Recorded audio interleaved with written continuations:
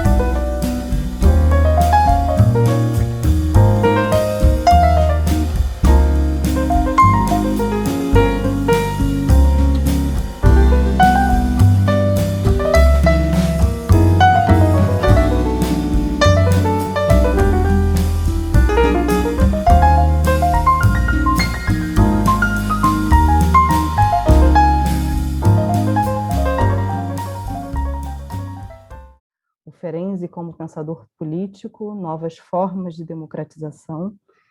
Enfim, eu acho que o que eu vou apresentar aqui para vocês é mais da ordem de um ensaio, assim, a ideia talvez seja uma coisa mais ensaística. Normalmente, quando eu desenvolvo os meus trabalhos, quando eu vou fazer meus trabalhos, eu tenho umas pistas, uns insights, que eu vou seguindo essas pistas, esses insights, nem todos são certeiros, mas ao longo do processo vai ganhando forma. E quando eu fui fazer esse trabalho para essa fala, o processo foi drasticamente diferente. Assim, eu tinha pistas, tinha insights, eu tinha mais ou menos a ideia do que eu queria fazer, mas nada tomava muita forma. Assim, eu ia seguindo essas pistas, ia estudando e parece que eu ia sendo atravessada por afetos, chegavam inspirações, mas nada ganhava forma, assim, nada deixava muita marca, assim, né? E aí, enfim, eu me vi diante de um certo vazio, assim, diante de um certo silêncio da criatividade, assim, que eu nunca tinha vivido dessa maneira tão contundente. E aí, enfim, tentando desenvolver estratégias, né, para lidar com essa nova forma de experimentar o processo de elaboração de um trabalho, eu decidi assim, eu vou certeiramente num lugar que eu acho que não vai ter erro, assim, aqui eu vou me inspirar, aqui eu vou ter ideias, aqui a coisa vai fluir, que é o diário clínico do Ferenczi, né? O diário clínico é uma referência, né, assim, aquela referência contínua, né, que não sai da mesa de cabeceira, da mesa dos estudos, enfim. E é um texto que realmente é muito importante para mim. E ele é escrito de uma maneira fragmentada, né? Tem às vezes um título, uma data, mas mesmo a gente lendo, né, assim, muito quem se interessa por Ferenczi, lendo muito frequentemente o Diário Clínico, muito comumente a gente também lê de maneira fragmentada o Diário Clínico. Eu confesso que eu li uma única vez ele de uma maneira integral, assim, linear e contínua, que foi lá em 2017, quando eu fiz a minha tese de doutorado, que também tinha a ver com uma estratégia, que eu li os 4 volumes das obras completas do Ferenczi e finalizei com o Diário Clínico. E eu me lembro claramente assim do transbordamento de afetos, assim, criatividade, inspiração, muitas sensações que eu sentia ao ler o Diário Clínico. Eu falei, bem, lá vou eu atrás disso, assim, isso é a minha estratégia, vou resolver meu problema, vou eu para o Diário Clínico. E assim fiz, fui ler de novo o Diário Clínico de maneira integral e tal. Agora, pensando, meio que obviamente, o que aconteceu é que as coisas não foram como eu esperei. Experimentei intensidades, inspirações, mas não exatamente como eu esperava, eu segui adiante ainda desse vazio, desse silêncio da criatividade. E aí eu estava diante de um impasse, assim, mas diferente das outras pistas que eu tinha explorado bastante e acabei descartando, o diário clínico, apesar de não ter fluído como eu achava, seguia sendo um insight que não saía da minha cabeça. Então eu segui pesquisando, retomando alguns textos, buscando outros trabalhos sobre o diário clínico e tudo seguia a minha pesquisa. E aí também, enfim, eu resolvi me comunicar com a Felícia Nobloch, uma psicanalista que também é uma grande referência para mim, que a gente já estava se comunicando há um tempo e ela estava sabendo já dos inícios, das minhas ideias iniciais para o trabalho, e se colocou muito prontamente à disposição assim, de trocar ideias, e estava assim, desde esses primórdios me ouvindo. Eu falei, bem, eu acho que eu tenho que conversar com a Felícia, eu acho que seria bom ser ouvida por ela nesse momento, assim, né? E aí eu fui conversar com ela, né? Assim, conversei sobre esse silêncio, sobre esse vazio, sobre essa criatividade que estava ali silenciosa, né? Assim, diante de mim, que, enfim, tinha algumas hipóteses, inclusive uma certa constatação de que às vezes as coisas não fluem, não acontecem, né? Mas que eu também estava começando a desconfiar que talvez esse silêncio, esse vazio fosse uma pista, que eu devia considerar como pista a ser seguida. E aí eu também falei, né, que eu estava estudando um pouco mais o diário clínico, seguindo os meus estudos, que eu acabei me interessando por uma figura que aparece no diário clínico, que se chama órfã, que eu não tinha, desde então, assim, sabia o que era, conhecia um pouco, mas que eu não tinha me interessado muito até então. E aí eu esbocei até uma ideia que eu não sei muito bem também porque que saiu, assim, de que talvez uma atmosfera órfica tivesse me capturado, assim, talvez tivesse sido uma atmosfera órfica, que eu também não sabia muito bem o que eu estava falando naquele momento, mas que veio essa ideia. E aí, junto, a gente foi pensando o que era isso, né? Assim, o que estava se apresentando, assim, né? E aí a Felícia me falou, me lembrou uma coisa que eu acho importante aqui citar, né? Que atualmente o que a gente pode observar é uma certa falação absolutamente maníaca, uma tentativa urgente de tudo explicar, o que impede o pensamento e o sentir. Que esse silêncio experimentado trazia uma preciosidade, a quietude é uma mudança de posição. O silêncio não é ausência de produção, mas abertura para o novo. Então, experimentando esse vazio, esse silêncio que eu estava ali vivendo, eu fui seguindo os meus estudos, aceitando um pouco esse lugar, essa posição que tinha surgido. Naquele momento, a principal pista que eu tinha era essa ideia de atmosfera órfica que tinha surgido na minha cabeça, que está lá no Diário Clínico, né? O Diário Clínico ele foi escrito em 1932, que foi interrompido, né, de uma maneira que tinha a ver já com o agravamento do estado de saúde do Ferenczi, né, e que era um período já de uma forte, né, a relação entre o Freud e o Ferenczi já estava fortemente abalada. Ferenczi morre logo depois e o texto acabou sendo publicado quase 40 anos depois de ter sido escrito. Então, é um livro muito póstumo, né? Assim, a estratégia de demorar para ele ser publicado foi liderada por Balint. Tinham várias questões, mas uma delas era tentar poupar um pouco Ferenczi dos ataques que ele estava sofrendo no campo psicanalítico, né?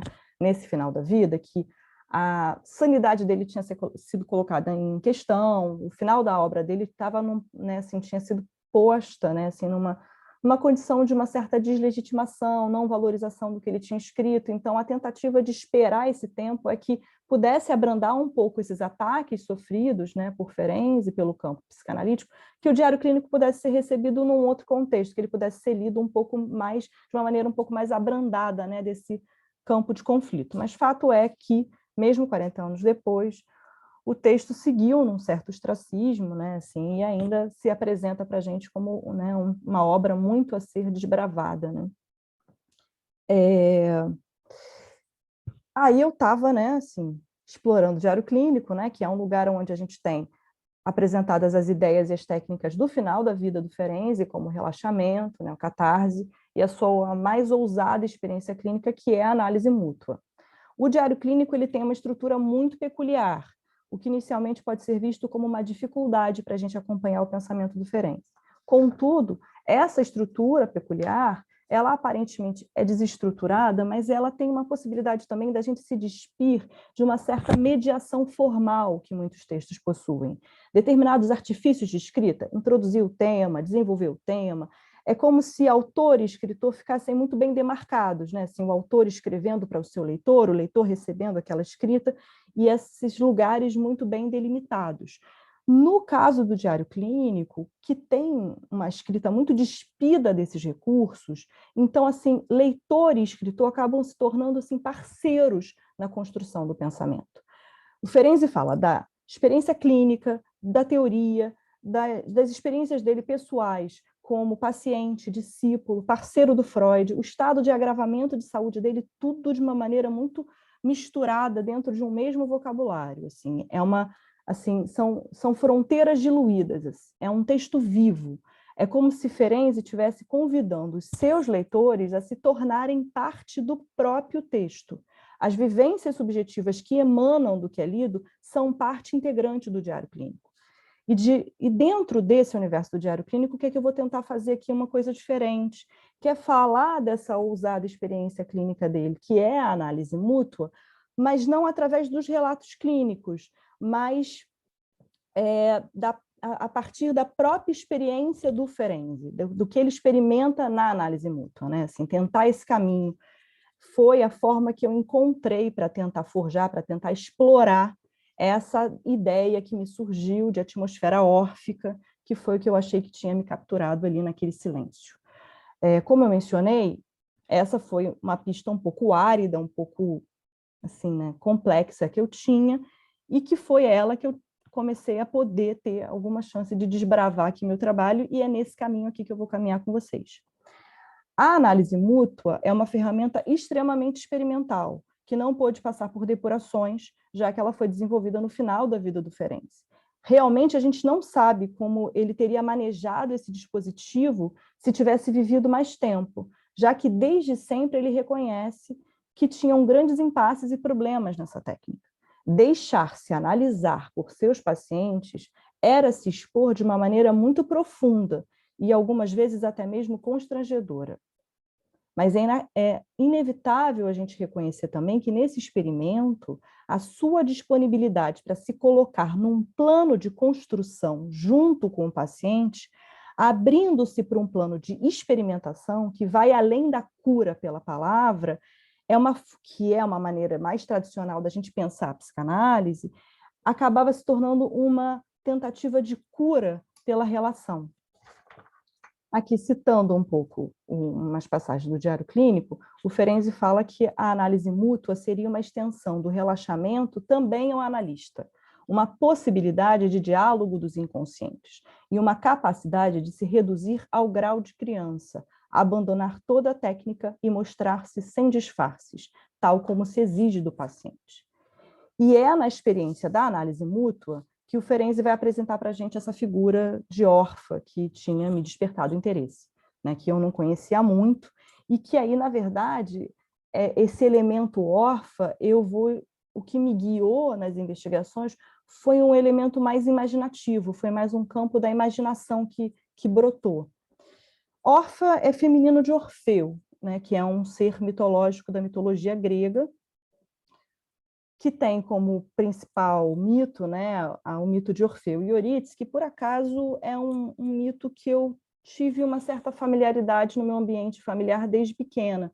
Eu ouvia muito esse mito, né, que Orfeu tinha perdido a sua amada, Eurídice, que ela tinha morrido, que ele vai ao mundo dos mortos pedir para que ela seja ressuscitada, que ela possa voltar ao mundo dos vivos, e essa chance é dada para ele por Hades com uma condição: que eles retornassem ao mundo dos vivos sem que Orfeu olhasse para trás, né? Olhasse para Eurídice. Só que ele acaba olhando para trás e aí Eurídice morre, definitivamente perdendo a sua amada, né? Ele perde definitivamente Eurídice. Só que quando eu ouvia no meu ambiente familiar esse relato dessa mitologia, sempre vinha atrelado logo a moral da história, que é preciso olhar para frente, assim, não se pode olhar para trás, é necessário olhar para frente. E aí estava sempre muito atrelado, assim, essa moral da história ao mito. E eu fico pensando que talvez porque tivesse já essa moral da história muito fixado em mim, eu não tivesse muito, talvez, me interessado por Orfa no diário clínico. Eu não entendia muito bem por que o Ferenczi tinha usado essa figura, e depois, né, quando eu fui me interessando um pouco mais, eu até fiz aqui umas hipóteses, pesquisei um pouco mais sobre Orfa, tem umas hipóteses, mas eu confesso que talvez até hoje eu siga sem saber muito por que ele escolheu Orfa. E a ideia de explorar essa atmosfera órfica, explorar Orfa, acabou sendo muito mais uma tentativa de expansão de sentidos de possibilidade e não exatamente de encontrar respostas. Orfa surge da experiência de Ferenczi na análise mútua com a sua paciente Elizabeth Severn. Em alguns momentos, ele, inclusive, se refere a pacientes como órfã. Mas, como eu disse, eu vou tentar fazer uma coisa diferente, que não é falar ou explorar os relatos clínicos, mas é pensar, investigar a experimentação própria de Ferenczi em Orfa, pensar isso no campo da mutualidade. Eu agradeço muito ao meu amigo Gilberto Souza, psicanalista, que me ajudou nessa empreitada de pesquisar, de pescar Orfa dentro do diário clínico e que também compartilhou comigo um verbete que tem no dicionário sobre o pensamento Sandor-Ferenczi, que diz assim de Orfa, assim, é só um recorte desse verbete. Contrariamente às concepções psicanalíticas internalistas, que consideram tais quebras da personalidade expressões concretas da ação da pulsão de morte, Ferenczi acreditava nas forças vitais do indivíduo, o qual, mesmo submetido às condições de vida externas mais desumanas, sempre tenderia a buscar formas de manter-se vivo, ainda que louco, através de suas forças órficas, né? Orfa é essa força de sobreviver às condições mais extremas né, da vida. E aí, quando eu tinha conseguido finalmente aí, ter um certo esboço do meu trabalho, pensar essa atmosfera órfica e tudo, né, segui ali com a minha interlocução com a Felícia no Bloch e mandei para ela esse primeiro rascunho de trabalho e estava achando que esse primeiro rascunho já estava meio que quase caminhando para fechar o trabalho. E aí ela leu rapidamente o texto, muito gentilmente me retornou e falou, caminhou, mas enfim, acho que tem muita coisa ainda para ser pensada, tem uns saltos, enfim, a gente conversou, ela me pontuou, foi falando e eu concordei com ela. Eu falei, bem, realmente, ainda tem um percurso a ser desbravado nessa árida pesquisa que eu estava enfrentando, né, assim, muito diferente das outras, né, que tinha muito poucas pistas que estavam sendo frutíferas, né, de alguma forma. Aqui eu vou precisar fazer um salto. Eu vou contar a minha história com o livro A Trama da Vida, Como os Fungos Constroem o Mundo, de Merlin Sheldrake. Eu agradeço ao meu grande amigo psicanalista Bruno Lages, que está aqui com a gente, que me apresentou, que me recomendou, que me fez saber da existência desse livro. Quando eu comecei a trabalhar nesse projeto, eu tinha lá as minhas pistas, então eu fiz uma encomenda de livros e eles rapidamente chegaram. O único que não chegou foi esse livro. E aí eu fui seguindo, fui estudando, né, o que eu tinha em mãos e tudo, e acabei descobrindo que, na verdade, tinha tido uma falha no pedido, eu tive que fazer um segundo pedido do livro. E aí fiz o segundo pedido do livro, e aí fui seguindo, mas como eu já compartilhei, não estava fluindo muito, as pistas que eu tinha ali não estavam seguindo muito como eu esperava, então eu estava esperando, né, o livro chegar, tentando manter a expectativa, assim, né, já que as coisas estavam um pouco diferentes, mas estava aguardando o livro. E nessa segunda tentativa, nesse segundo pedido, teve atraso de envio, extravio do livro, e ele veio parar nas minhas mãos, chegar nas minhas mãos muito tardiamente, nas vésperas do feriado da semana passada, num período que já deveria ser já de não estar lendo coisa nova, já mais de estar só, né, finalizando o trabalho. Cá estava eu com o livro na mão, finalmente. E aí eu tive que fazer um cronograma ali, né, de trabalho. Eu coloquei ali que para dar conta de usar o livro, se fosse o caso, eu tinha 24 horas para ler o livro, né, que, enfim, dormindo, comendo, fazendo outras coisas, mas eu tinha 24 horas para ler o livro. E aí, bem, lá fui eu para essa empreitada de ler o livro em 24 horas, e que eu digo que, na verdade, eu não li, né, eu engoli o livro aqui. Vou até mostrar para vocês ele aqui, Trama da Vida. Aí, e acabou que a experiência foi fantástica, assim. Eu tinha finalmente encontrado algo que estava conversando, finalmente, com as minhas atuais inspirações no universo ferenziano. E aí eu só ficava meio que me perguntando por acaso, assim, mas por que isso foi demorar tanto? Né? Assim, por que acabou que esse livro demorou tanto para chegar nas minhas mãos? Enfim, eu vou voltar a essa pergunta um pouquinho mais para frente. O livro do Sheldrake é um mergulho na ecologia, com uma escrita muito fluida e que conduz os leitores, mesmo os mais ignorantes no assunto, no universo dos fungos. Os fungos, eles se entrelaçam com infinitos assuntos da nossa vida e com a própria história do autor. Ele diz: é um relato tanto do meu trajeto, tentando entender a vida dos fungos, quanto da marca que a vida deles deixou em mim e nos muitos outros que conheci ao longo do caminho, humanos ou não. Eu adoraria falar muito, assim, vastamente aqui, fazer um resumão para vocês do livro, mas não vai ser isso que eu vou fazer. Eu vou fazer aqui um recorte muito específico, que é um resultado de um tatear que eu fiz, né, desse livro, que eu até me inspiro na Eliana Schuller, num artigo que eu acho lindíssimo, que é Autoerotismo, um vazio ativo na clínica contemporânea, que ela fala dessa concepção de percepção áptica, né? Então, acho que eu vivi um pouco essa percepção áptica nessa leitura do livro, né? E aí, enfim, o interesse do Sheldrake pelos fungos começa bem antes da graduação, mas vale ressaltar que quando ele entra na Universidade de Cambridge, o que está assim, fascinando ele é a simbiose, é o tema da simbiose, as relações estreitas que se formam entre organismos não aparentados. Essas redes são inacreditavelmente intrincadas, com implicações enormes e ainda mal compreendidas. A simbiose é, dentre os infinitos fios condutores do livro, o que acabou me capturando, porque conversava diretamente comigo com essa inspiração sobre a mutualidade no diário clínico. E essa tal atmosfera órfica que eu estava ali instigada a explorar.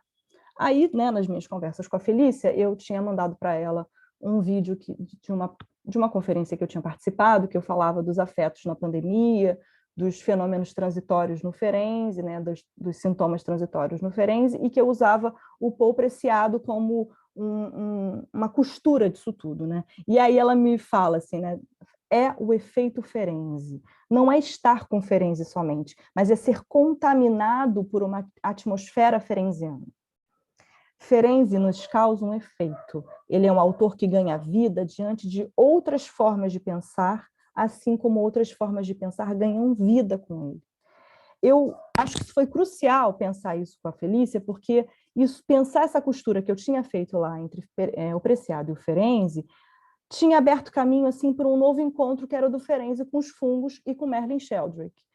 Eu creio que Ferenczi ele não é um pensador atual exatamente porque ele seria uma fonte imediata de resposta para as nossas questões. Eu acho que ele é muito mais um disparador, uma fonte vital que segue se apresentando como um interlocutor vivo diante das questões que se apresentam na nossa atualidade. Ele, inclusive, a Jo menciona isso muito bem, ele é um homem do seu tempo. Tem coisas datadas que ele não trabalhava e que, enfim, a gente não pode esperar que ele falasse, ou enfim, né? Tem marcas da sua, né, do momento da sua produção, né? Mas a trajetória de trabalho dele ainda segue sendo muito instigadora. E seguindo essa inspiração, esse efeito Ferenczi, eu vou entrar mais especificamente nesse meu tatear naquilo que me serviu aqui e dialogou comigo no universo do livro Trama da Vida. O Sheldrake, ele conta um relato de um amigo filósofo e ilusionista chamado David Abram, que fazia apresentações de mágica e um truque de moedas. E aí ele relata uma experiência. 2 clientes, depois do show do ilusionismo, retornaram ao local do evento perguntar se tinham colocado alguma coisa na bebida deles. Porque quando eles saíram do espetáculo, o céu estava incrivelmente azul e as nuvens pareciam grandes e vívidas. E outros relatos parecidos com esse tipo surgiram. Pessoas que viam o tal show de ilusionismo, relatavam que estavam mais sensíveis ao barulho do trânsito, a luz da rua estava mais forte, a chuva estava mais refrescante. O Sheldrake diz, os truques de mágica estavam mudando a forma como as pessoas percebiam o mundo. Resumidamente, a explicação do amigo dele, filósofo ilusionista, foi a seguinte: por atrito, os truques com moedas diluem a solidez de nossas expectativas sobre a forma como mão e moedas funcionam. São nossas preconcepções que criam pontos cegos que os mágicos aproveitam. Eventualmente, isso se estende às nossas expectativas sobre percepções gerais. O que espanta é o abismo entre o que a gente espera encontrar e o que a gente encontra ao olhar de fato. E aí essa descrição ela dialogou diretamente comigo, com as minhas questões nesse tal efeito Ferenczi. Ferenczi nos convoca a sairmos de nossas posições confortáveis de conhecimentos já adquiridos, traz inspirações estranhas em um universo pouco explorados pela psicanálise, nos constrange com suas aventuras clínicas, com os riscos que correu com seus pacientes e seus pares. Ferenczi nos traz essa perturbação nos sentidos que a audiência de Abraham relata na experiência do ilusionismo. Seguindo esse meu tatear no livro, na trama da vida do Sheldrake, um outro ponto que me chama a atenção e que ganhou relevo foi o papel da imaginação nas produções científicas. Ele diz o seguinte: parte da redação de uma pesquisa consiste em limpá-la de voos fantasiosos, de conversa fiada e das milhares de tentativas e erros que dão origem até mesmo às menores descobertas. Os cientistas são, e sempre foram, emocionais, criativos, intuitivos, seres humanos inteiros, lançando perguntas sobre um mundo que não foi feito para ser catalogado e sistematizado. Sempre que eu perguntava o que esses fungos faziam e elaborava estudos para tentar entender seu comportamento, eu precisava imaginá-los. Sheldrake consegue lançar aqui um olhar muito específico sobre o fazer científico que era criticado no Ferenczi. As loucuras ferencianas criativas o distanciavam cada vez mais de Freud e do campo dominante do pensamento da psicanálise. Ferenczi foi, ao longo dos anos, descortinando seu processo clínico e fazer teórico, e ouso afirmar que não era uma conduta ingênua. Ele tinha algo que precisava vir à tona e que ele sentia no desenrolar da sua caminhada que não podia estar fora do seu campo de ação e de reflexão. Eu vou aqui me utilizar das palavras do Sheldrake. Havia algo embaraçoso em admitir que o emaranhado das nossas conjecturas, fantasias e metáforas, sem fundamento, pudesse ter ajudado a moldar nossa pesquisa. E só que esse algo que é constrangedor, embaraçoso no campo científico, foi se tornando paulatinamente o solo de investigação do Ferenczi. Usando novamente o exemplo do amigo ilusionista do Sheldrake, Ferenczi foi diluindo a solidez das certezas e ampliando o campo sensorial de experimentação. Desvelar os véus, mostrar-se sem constrangimento, nos experimentos mais ousados e imaginativos, foi uma posição política assumida por Ferenczi. Descortinar esses processos era botar em evidência os campos de forças onde as vidas se desenvolvem. Era colocar em destaque que as subjetividades não são redes intricadas com outras vidas e suas estratégias de sobrevivência não podem ser compreendidas fora desse campo. O Sheldrake apresenta para a gente várias vivências dele dentro do mundo complexo dos fungos, desde o uso de LSD em pesquisas, que ele chamou de uma solução fúngica para os seus problemas fúngicos, acompanhar caçadores de trufas e seus companheiros caninos, suas produções de bebidas por meio de leveduras e sua experiência na Califórnia em um banho de fermentação, que é deitar-se nu em um monte de serragem em decomposição e ser enterrado até o pescoço com uma pá. Todas essas experiências elas podiam ser compreendidas pela seguinte frase: é difícil dar sentido a alguma coisa sem fazer uma parte pequena que seja dela se encostar em você. Eu acho que deixar ser encostado, ser tocado, é o que mais de extremo a gente vê na experiência da mutualidade em Ferenczi. No desafio de organizar esse trabalho, eu acabei não entrando tanto na questão da simbiose, ela acabou sendo aqui muito mais pincelada do que aprofundada. Mas o Sheldrake, que eu vou colocar aqui, que ele questiona a condição da simbiose somente vista como alguma forma no ângulo do parasitismo, mostrando que é possível ir além de um entendimento onde prevalece conflito e competição. Ele também diz que há cooperação na simbiose. É preciso pensar os sistemas. Nós todos somos ecossistemas que transgridem categorias. O nosso eu emerge de um complexo emaranhado de relacionamentos que só agora a gente tem conhecimento disso. Mas me parece que Ferenczi estava atento a isso, que experimentar a mutualidade era buscar as estratégias de vida de seus pacientes, mas a dele também. As vidas estão intrincadas de uma forma que, para conhecê-las e reconhecê-las, é preciso uma busca por esse complexo emaranhado. O livro Trama da Vida ajudou a me lançar mais profundamente na aventura ferenciana de mergulhar, de experimentar seu objeto de pesquisa e trabalho, de correr o risco de dissolver as fronteiras, de ser tocado pela dita loucura, como uma forma de mergulho na vida. Sheldrake usa o termo gramática da vitalidade, e eu penso que esse era o solo de interesse do Ferenczi. Depois de muito pensar o que tinha acontecido comigo, né, o que tinha se passado naquela primeira leitura integral do Diário Clínico lá em 2017, e o que tinha acontecido comigo agora, que eu reli dessa forma o texto novamente, eu tive uma hipótese, assim, me passou na cabeça uma hipótese. Que, assim, eu acabei acompanhando assim, toda uma intensidade do Diário Clínico, mas principalmente eu fiquei muito atenta ao relato da fragilidade de saúde do Ferenczi e de todo o sofrimento da possível ruptura com Freud. Eu suponho que a atmosfera da morte, do medo e das perdas tenham tomado conta dos meus sentidos quando eu estava lendo o Diário Clínico. E aí, dessa vez, nessa minha releitura agora mais contemporânea, eu acho que eu acabei viajando por outros mares. A morte e a ruptura estavam presentes, mas nessa mais recente leitura eu não senti predominantemente a morte do Ferenczi se aproximando. Os encontros mais profundos, as investigações e experiências com seus pacientes eram sua força mais potente em busca da trama da vida. A atmosfera órfica que se presentificou não foi uma expressão da morte, mas do movimento da vida. Ferenczi sentia que a vida não podia ser entendida em um laboratório fora da dinâmica de entrelaçamentos, e era preciso ser parte desse entrelaçamento para encontrar vida no Hades. No texto centenário que inspira aqui o nosso evento, Psicanálise e Política Social, o Ferenczi ele nos recomenda: a ciência deve abster-se da política, pois as questões que nos preocupam são muito mais elementares. E eu acho que a gente pode entender aqui política, nesse contexto, como concepções e teorias políticas. E aí eu acho que, nesse sentido, realmente, Ferenczi pode pouco nos inspirar. Mas eu creio que existe um fazer político nisso que ele chama de mais elementar. E que possivelmente foi isso que me inspirou a chamar essa fala aqui de Ferenczi e micropolíticas.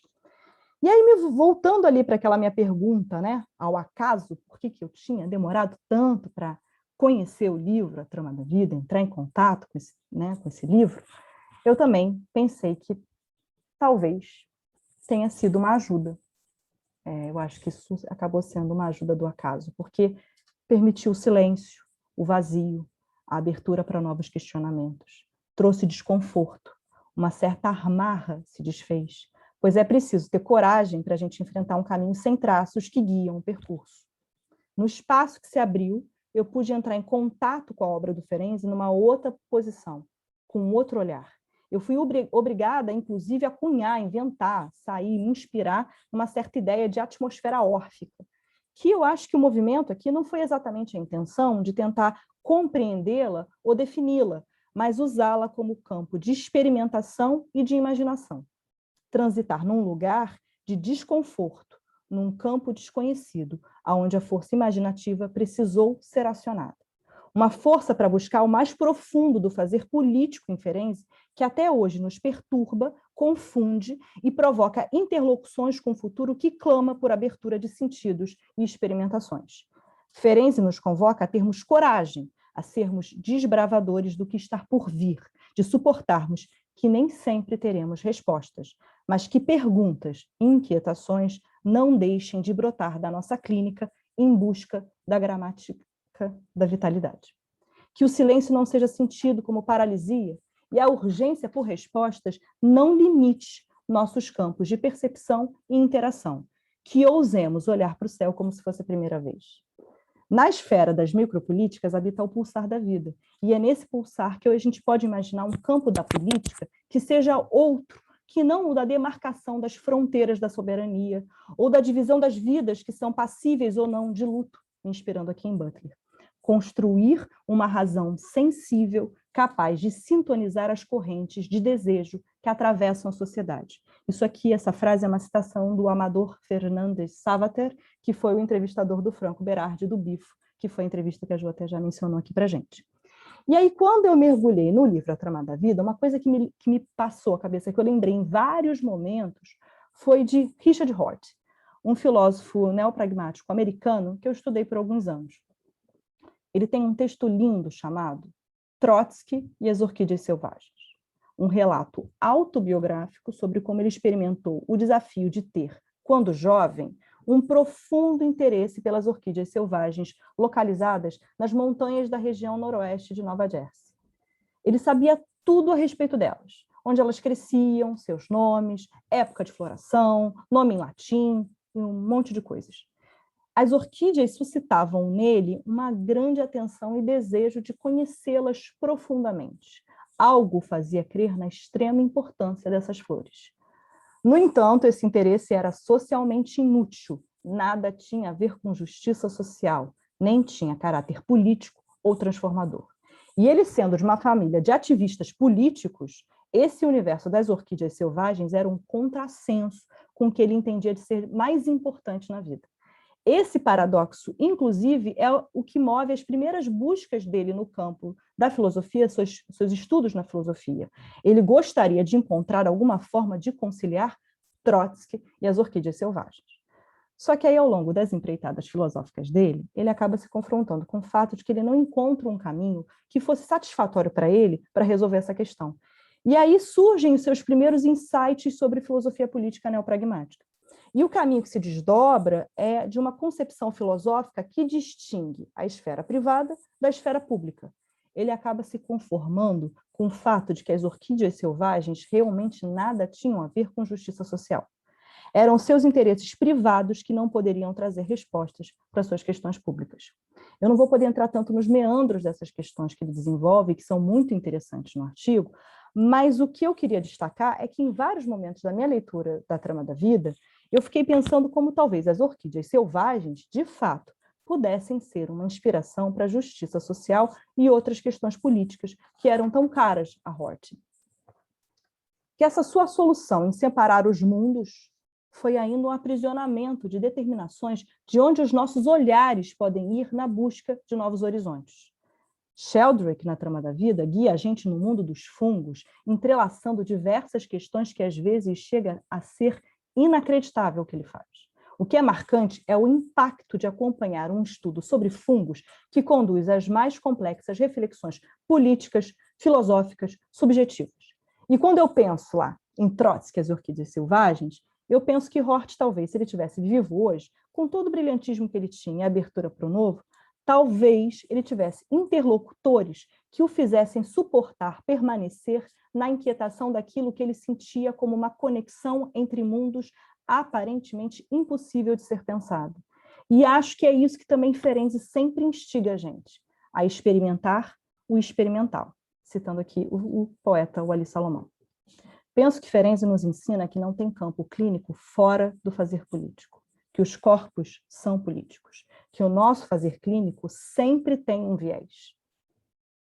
E Ferenczi segue sendo um autor que mantém vivo em nós a inquietude, o constrangimento de sermos lembrados disso, que não há clínica que não esteja comprometida com um futuro a ser construído, a ser criado.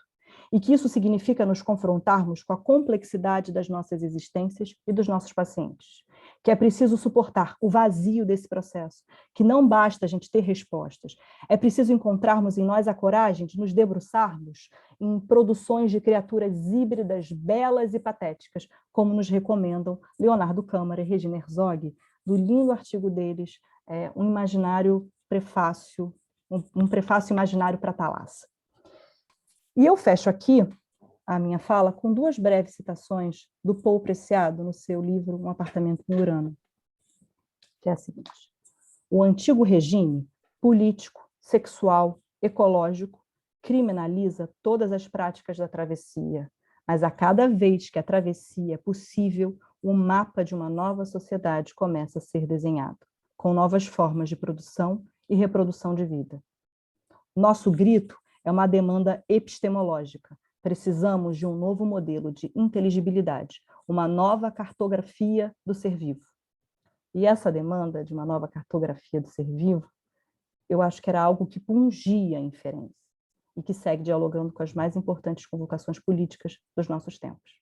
Obrigada.